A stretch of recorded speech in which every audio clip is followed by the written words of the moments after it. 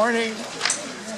This is year 4 of my long-term project to survey and photo document the baskets, textiles, hides, and wooden artifacts excavated by early collectors from cliff dwellings and rock shelters in southeastern Utah during the 1890s. This project builds on the work of the Wetherill Grand Gulch Project, which traced the locations of most of these collections and pulled together their field documentation. As I reported at the 2011 and 2012 PECOS conferences, the first 2 years of my project were focused on the Green and Lang collections at the Field Museum of Natural History in Chicago. The Green collection was made by Charles McLeod and Charles Cary Graham in Grand Gulch during the winter of 1890-1891, and the Ryerson Lang collection was compiled by Charlie Lang in Grand Gulch during the winter of 1894 and 1895.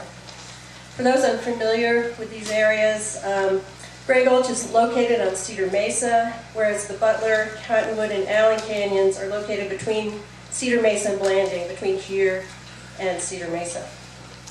In 2011 and 2012, I spent a total of 7 weeks at the Field Museum, recording basic descriptive information about more than 800 perishable artifacts and generating about 2,500 digital photographs. Wow.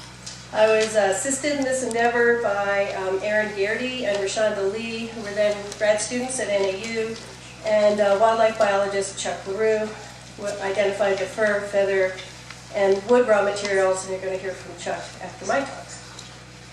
Funding for this work was provided by the Canyonlands Natural History Association Discovery Pool. I received 2 grants from them for this work. And I also received 2 Field Museum of Natural History Visiting Scholar grants.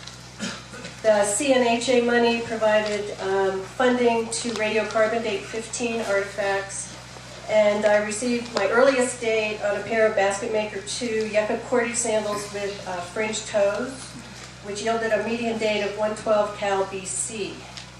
To my knowledge, this is the earliest direct date on this finely woven sandal style. Many of my BM2 dates cluster in the first 2 centuries AD. I had a lot of dates with medians in the hundreds, like between 100 and 200 AD. And a couple also fall in the date range of about 325 to 550 AD. There's very little Basket Maker 3 material in these assemblages. The next step will be to upload the spreadsheet and artifact images to the Digital Archaeological Record, or TDAR, where they're going to be accessible to registered users. That could include you if you're going to register to the site.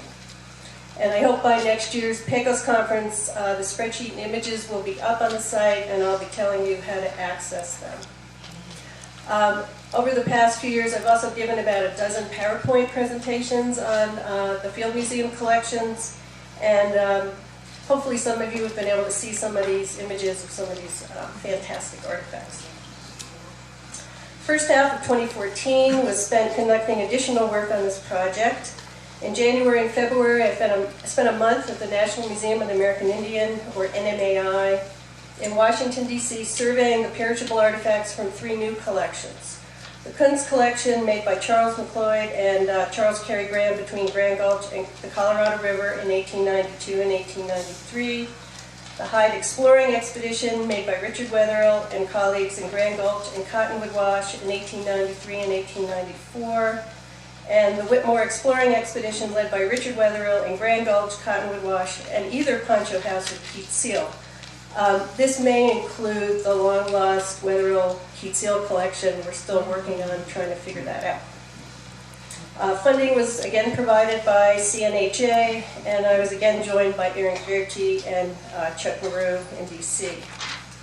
The history of these NMAI collections is filled with intrigue. All 3 collections were originally funded or purchased by the Hyde brothers for the American Museum of Natural History in New York. When curator George Pepper left the museum in 1909, he took more than 500 of these artifacts with him, and later helped arrange their sale to collector George High of the new Museum of the American Indian in New York. Now, Pepper selected these objects irrespective of their original field associations, with the result that many funerary assemblages were split between the 2 institutions, which has really complicated NAGPRA issues. Upon receipt of these artifacts, George Hyde erased all of their old catalog and field numbers, which is their only link to the original field documentation, and replaced them with his own MAI catalog numbers. In 1989, the Museum of the American Indian Collections became part of the National Museum of the American Indian, a new branch of the Smithsonian Institution. So while the majority of the Hyde, Whitmore, and Kunst collections are still at AMNH, the American Museum of Natural History, about 500 of these artifacts are now curated at the National Museum of the American Indian. So this makes it really fun to document these collections. The goals for our NMAI work were to survey and document the 400 textiles, baskets, hides, and wooden artifacts from the Hyde, Whitmore, and Kunst collections at NMAI, and to begin the creation of a cross-reference database linking the AMNH and NMAI collections to their original field documentation. Because I am affiliated with AMNH, I was able to get a spreadsheet of the more than 3,000 artifacts that comprised the original collections, and the spreadsheet I got included information about which ones currently lack a storage location at AMNH. Using this list, I was able to generate a spreadsheet of those objects removed by Pepper and now at NMAI. So we were able to create this universe of all the objects that were probably at NMAI. Aaron, Garrity, and I spent many a long evening working on this cross-reference table and integrating information from the original field catalogs. While surveying the artifacts, we also found traces of the original field and AMH numbers on many of the artifacts, or we're able to link them to the original AMNH documentation or the original AMNH catalog numbers based on their field catalog descriptions. So we're really playing detective, and it's really fun.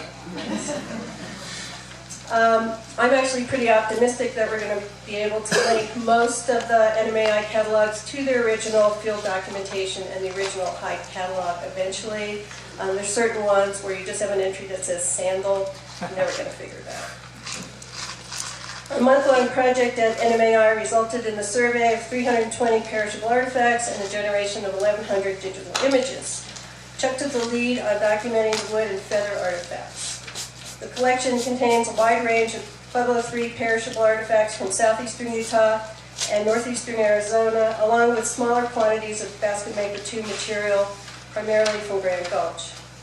Highlights include a Basket Maker II Dart Maker's Kit, a complete Basket Maker II Idle and Throwing Stick, Basket Maker II Deer Tibia Bunts, a remarkable array of Pueblo period woodworking tools, a Pueblo III gambling kit consisting of a wooden cup with dice, with cane dice. There's actually a whole bunch of these gambling kits between AMNH and NMAI.